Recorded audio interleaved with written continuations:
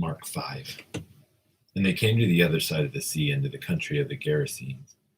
And when he had come out of the boat, immediately a man from the tombs with an unclean spirit met him.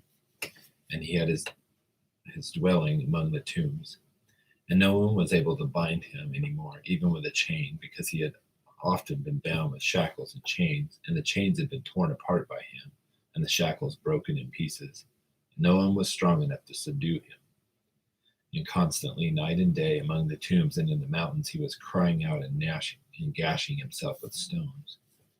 And seeing Jesus from a distance, he ran up and bowed down before him, and crying out with a loud voice, he said, "What do I have to do with you, Jesus, Son of the Most High God? I implore you by God, do not torment me." For he had been saying to him, "Come out of the man, you unclean spirit." And he was asking him, "What is your name?" And he said to him, "My name is Legion, for we are many."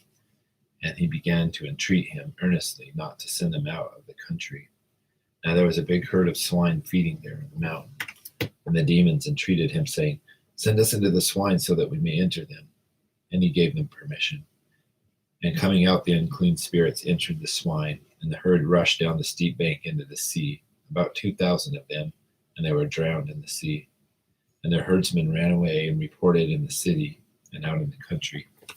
And the people came to see what it was that happened. And they had come to Jesus and observed the man who had been demon-possessed sitting down, clothed and in his right mind, the very man who had the legion, and they became frightened. And those who had seen it described to them now how it happened to the demon-possessed man and all about the swine. And they began to entreat him to depart from their region. And as he was getting into the boat, the man who had been demon-possessed was entreating him that he might accompany him. And he did not let him, but he said to him, "Go home to your people and report to them what great things the Lord has done for you, and how he had mercy on you." And he went away and began to proclaim in Decapolis what great things Jesus had done for him, and everyone marveled. And when Jesus crossed over again in the boat to the other side, a great multitude gathered about him, and he stayed by the seashore. And one of the synagogue officials named Jairus came up, and upon seeing him fell at his feet, and entreated him earnestly, saying, "My little daughter is at the point of death. Please come and lay your hands on her, that she may get well and live." And he went off with him, and a great multitude was following him, pressing on him. And a woman who had a hemorrhage for 12 years, and had endured much at the hands of many physicians, and had spent all that she had, and was not helped at all, but rather had grown worse, after hearing about Jesus, came up to the crowd behind him, and touched his cloak. For she thought, "If I just touch his garments, I shall get well." And immediately the flow of her blood was dried up, and she felt in her body that she was healed of her affliction. And immediately Jesus, perceiving in himself that the power proceeding from him had gone forth, turned around in the crowd and said, "Who touched my garments?" And his disciples said to him, "You see the multitude pressing in on you, and you say, 'Who touched me?'" And he looked around to see the woman who had done this. But the woman, fearing and trembling, aware of what had happened to her, came and fell down before him and told him the whole truth.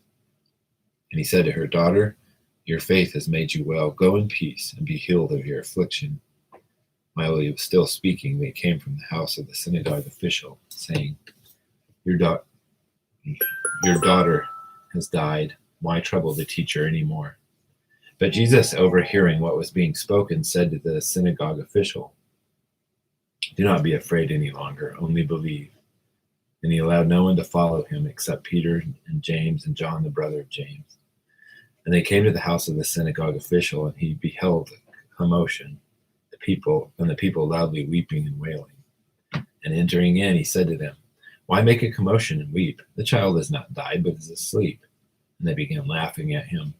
But putting them all out, he took along the child's father and mother and his own companions, and entered the room where the child was. And taking the child by the hand, he said to her, "Talitha cum," which translated means, "Little girl, I say to you, arise."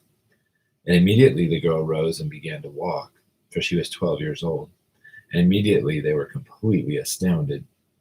And he gave them strict orders that no one should know about this, And he said that something should be given to her to eat.